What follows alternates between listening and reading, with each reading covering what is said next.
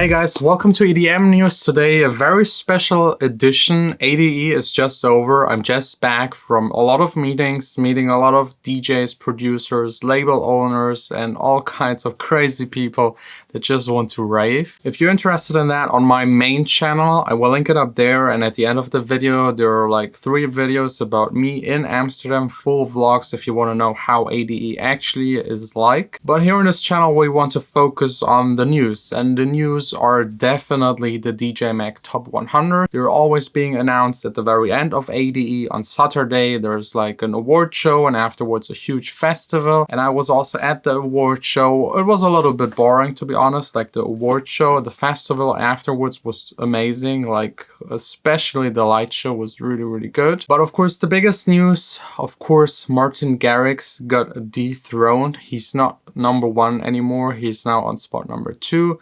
Number 1 goes to Dimitri Vegas and Like Mike. They have been already number 1 a couple of years ago, so it's basically switching again. Martin Garrix, Dimitri Vegas and Like Mike.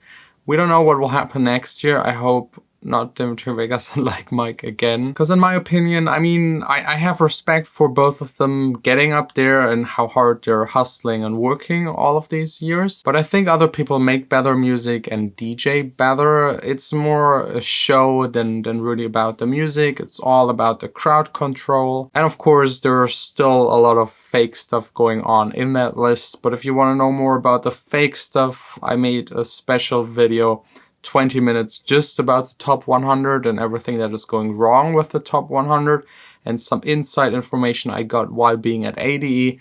I will also link it up there, and at the end of the video, check it out if you're interested. There's some juicy stuff like that I even couldn't believe. And basically the top 20 stayed almost the same. Nothing exciting. Some went up, some down. I think the highest up was Marshmallow by 5 spots and Timmy Trumpet up by 20. The list started to get really interesting at spot number 63 with Fisher. He just straight up went up to 63, was never before in the DJ Mag Top 100, all due to his huge hit Losing It, which was like played in every single club by every single DJ across all different kinds of styles. I hope he can like follow this up, because otherwise he might drop a lot or even leave the list next year. Just 1 spot to the right, Elenium 64, also well deserved. On spot number 44, the highest jump up, I think, like by 52 spots, which is really amazing. A great year for Alice in Wonderland. And that pretty much sums up the DJ Mag Top 100. It still has a lot of problems, still not sure if it's DJs or producers, still not sure if it's all fake or just some fake, or like whoever pays the most, who... It's weird. It's a weird list and it's way overrated, unfortunately. I wish that one day someone gets spot number 1 and during that award show just says, this entire list is shit, I'm not taking this prize. Or maybe someone else that is really big comes up with a new list, a new system that is a lot more fair and also like worships like quality over just who screams the loudest. Anyways, now it's time for Jeff to take over the second half of EDM News. What it is, what it was, what it's going to be, YouTube. I'm Jeff POSH. Let's jump right in. Trinity nightclub in Seattle targeted of suspected arson. Let's talk about it. A Seattle nightclub is being investigated after a recent fire was found suspicious. Firefighters are investigating the incident to determine the club may have been targeted by arsonists. At this time, there are no reported injuries. The fire broke out early morning, Monday, October 15th. Surveillance footage was shared by the nightclub's general manager, Guy Godfroy, and it shows the arsonist lighting the fire. He appeared to be living in front of the club on Occidental Avenue. After failed attempts, he takes off his shirt. He waves it at the flames to stoke them before departing. Finally, the wall went up in flames, and that's when the sprinklers came on. Police are still investigating the incident, and they hope to use the footage to identify the arsonist. Moving on. Don Diablo. Let's talk about Don Diablo. So Don Diablo is featured in a new comic book series. It's called Hexagon, and it was debuted at New York's Comic-Con. Don Diablo is set to release a 5-issue comic book series released this upcoming year. He's now taken his music sci-fi world to the next level with his first comic book series titled Hexagon. And like Steve Aoki with the Neon Future comic book series, the Dutch DJ is also working in tandem with comic book house Impact Theory. The only difference is that Hexagon is geared towards the younger adult audience. So the lead character of the comic is a 12-year-old boy. His name is Don.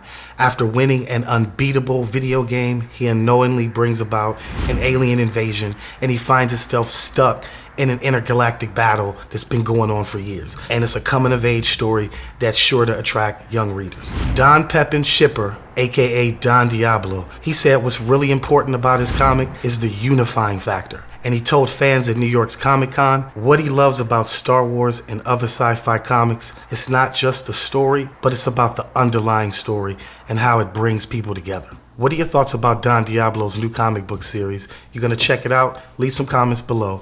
Moving on. Dylan Francis and Diplo. Let's talk about it. So Diplo and Dylan Francis, they staged a Hollywood billboard prank as guerrilla promotion. Diplo pretended to put Dylan Francis's phone number on a billboard in LA. So a while back, the Chainsmokers, they leveraged a platform. It was called Community, and they used it to generate buzz around their collaboration. Well, Diplo and Dylan Francis have done the same thing, but just in a more lighter manner that you might expect from the two DJ producers. A fake phone number belonging to Francis recently appeared on a Hollywood billboard, apparently rented out by Diplo, whose real name is Thomas Wesley Pence Jr. Francis himself encouraged fans to text the number, and when they do, they're automatically added to a contact list via Community. Dylan Francis has been a well-known class clown of EDM throughout his entire career, and Pence himself has a knack for abrasive behavior. And fans of Dylan Francis can connect with him via Community by texting 310-620-6560. Moving on. Deadmau5. Let's talk about Deadmau5. Deadmau5 wants in on the new Tesla.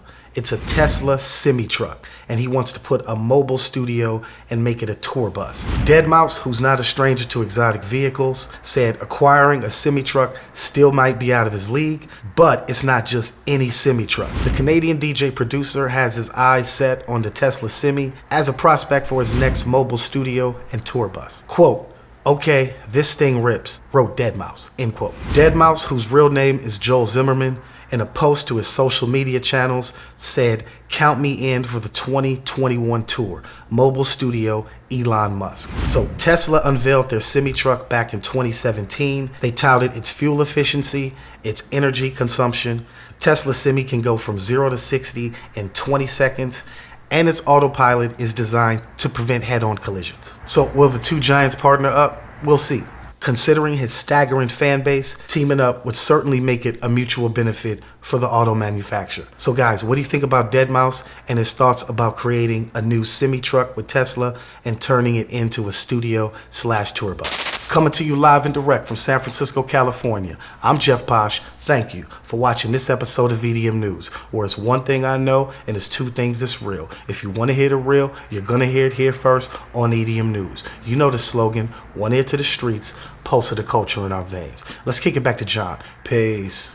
Huge thanks to all of you for watching. Again, if you're interested to see some bits and pieces of ADE and to know how it really is, it's linked down below at the end and up there, as well as the special 20 minutes video just about the DJ Mag Top 100 and the real fake shit stuff that I found out about that is going on underneath. We will see us next week again for another episode of EDM News. Don't forget to like, subscribe, hit the bell icon. That's it. See you again next week.